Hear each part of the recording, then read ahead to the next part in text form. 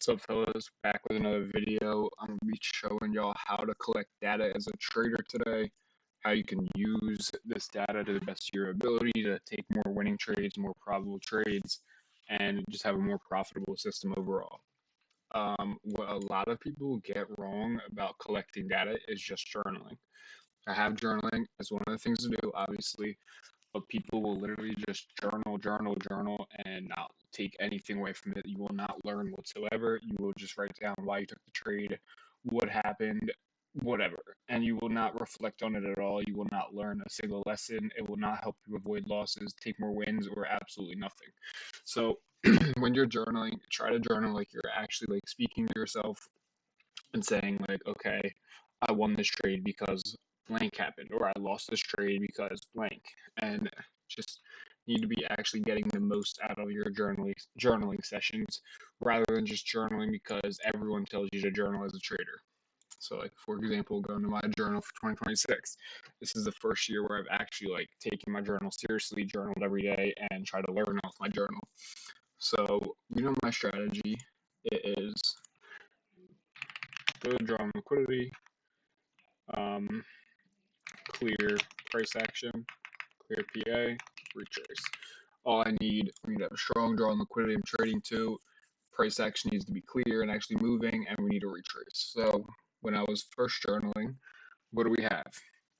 Good conditions, high time frame, low time frame, good draw, retrace, invalidation, protected stop, genuinely convicted. Didn't do the outcome as much because like I didn't really care about the outcome. I just wanted to see how I was performing. So let's go over. Look, good conditions, meh. Good draw, meh. Retrace, no. Invalidation, no. Protected stop, no. Generally convicted, no. I guess I lost this trade. So I guess I really should have just been doing this just so I see like what I lost and what I won. But I have it like all down here, so I can go and check whatever. But what I would do with this is genuinely see what I had. If I didn't have good conditions and I lost the trade, well, bam, I need my three conditions met. Good conditions, good draw, retrace. If one of these is not met, I expect to lose the trade. So, see, yes, that's probably a winning day. And what you want to do is just do this over so many months, 6, 12 months, and just see what's working. See, let's say 85% of your trades, every single time you have a good draw, good conditions, and a retrace, you win the trade. Every single, or 85% of the time you have those three, you win the trade. That's huge. That's actually huge. Let's say that it's like 90% of the time you don't have one of these, you lose the trade.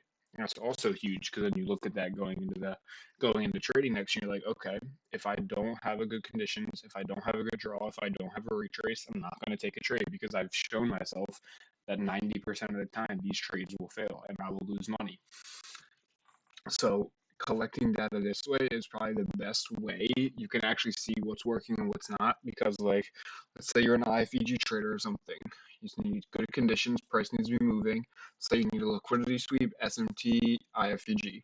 Let's say 90% of the time you don't have an SMT in your setup, you lose the trade. Well, what are you going to wait for when you're actually in the market then? You're going to wait for an SMT to form because that's proven to you that you're actually making money when that happens and you have a more probable chance of winning the trade. So you need to be actually journaling to learn and not journaling to just do it. But yeah, that's about it for the journal section of it. Forward testing. So, perfect example today, or not today, yesterday. This was market open. We opened wherever over here somewhere. I was looking to take longs to all-time highs. So got my retrace. All I wanted to see was the displacement candle. And after we chopped around for a little bit, like 30, 45 minutes, I was like, all right, I'm off the charts. I'm not going to take anything. But what I did notice was this. Once we broke out of that range and over it, we flushed straight towards the draw. We flushed straight towards it. So what did I journal? And what did I take in a note? Once we broke out of this range we were in on the low time frame, let's see, 5-minute crazy choppy. Once we broke out of this range, bang, we had a clean setup to the upside. It's also what you need to look for is always the high time frame. So say start off the day on the 1 minute. Okay, 1 minute is not moving at all. Move up to the 5 minute. Okay, 5 minutes looking choppy. 15 minute. 15 minute looking pretty choppy. 1 hour. Here we go. Cleanest setup you could have had on the 1 hour right here. Looks awesome. Retrace displacement. Beautiful, beautiful, beautiful. So yeah, forward testing, just while you're in the market, you see something you don't know it's gonna work, you think it's a little bit less improbable, just slap a fucking position tool on there and be like, all right, I'm gonna forward test and journal it after. So for this one, I would have been like, all right, once we broke out of that 15-minute range, we pretty much just flushed to the draw and continued higher. And then what do I like to take into account after that? Okay, once we took out our draw and liquidity, we chopped around for the rest of the day. We didn't make any sort of movement. It's a huge thing I always like to point out in all of my trades. Every time we hit the draw and liquidity, we just chop around. One of the days we hit a certain number. So when we are trading to past all-time highs, I will trade the whole number. So like right here, would have traded to 27,000 on the dots just because it's a whole number, it's a psych level. What do we see? Hit that chop around, crazy chop. So it's just main draw and liquidities. You see get hit and then we chop after. Next is back testing. Now, I ain't got no codes for y'all to go get some fucking subscription or nothing, but what I do got is how you can back test. And that's going to be by doing like a month. And all I say for you to do to back test is learn your strategy. You don't want to be back testing too much. You don't want to be back testing every single day for a month straight. You want to back test until you learn your strategy. You know what works. You know, not, you don't even got to know what works to know what doesn't. You got to know what your strategy is. So I back tested until I understood, retrace, or pullback, displacement, good draw on liquidity, clean PA. Once I learned that, I hopped on a funded account and started trading because I think that's the best way to learn. So back testing, great way to get to know your strategy and collect data on your strategy, but I don't think it's something you need to do to be profitable, if you know what I'm saying. Once you have your strategy set in place from back testing, there's no reason to be back testing anymore. So these are pretty much the only things I would say. Learn, like I was talking about the journaling, you actually need to be understanding why you're losing and why you're winning. Go to my journal right here, journal all this, pre-market analysis. I will write down what I think is going to happen pre-market, what I want to happen, what I would take, and what I wouldn't take. Market conditions / story, what the market did at open, why I took the trade, why I didn't. High time frame target, we need that. Good conditions, retrace, bang. Invalidation, I like to see that because if we get a bad invalidation candle, I probably won't take the trade, and I want to know that. Outcome / reasoning. See, I lost this trade because I took a trade chasing price instead of taking something I was confident in. Bang. So what do I learn from that? I'm not going to chase price anymore. I'm generally going to stick to my plan and wait for the A plus setup to come to me. How can I improve? I could wait for a trade I know has higher probability and I feel more confident in rather than just trying to get the dopamine hit. Bang. Figured out what the issue was in that trade, why I lost it, and I figured out how to solve the issue and what I can do to not take this loss again.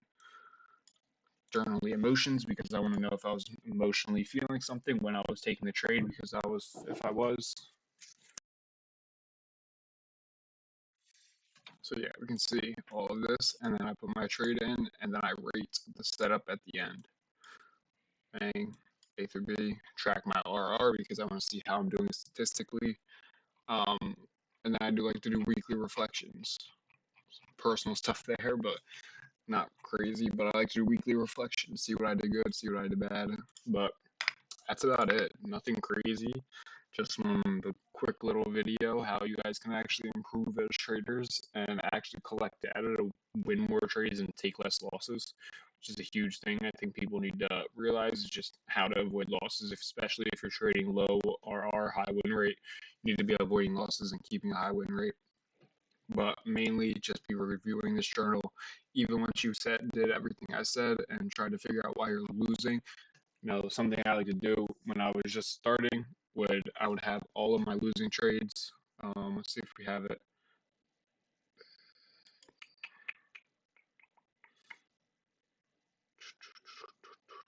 Good trades and bad trades. I would keep this up while I was trading. Open. Come on. I would literally keep this up while I was trading. I would be like, all right, I know what a good trade looks like. I know what a bad trade looks like. time to avoid this during the day, try to avoid this during the day, and blah, blah, blah. Just take better trades. But I would just journal, journal, journal. Actually learn from your journal. Don't just journal because everyone says to. But that's about it, fellas. Nothing crazy today. Just a quick little lesson. Hopefully y'all understood some. But I'll catch y'all later. Peace.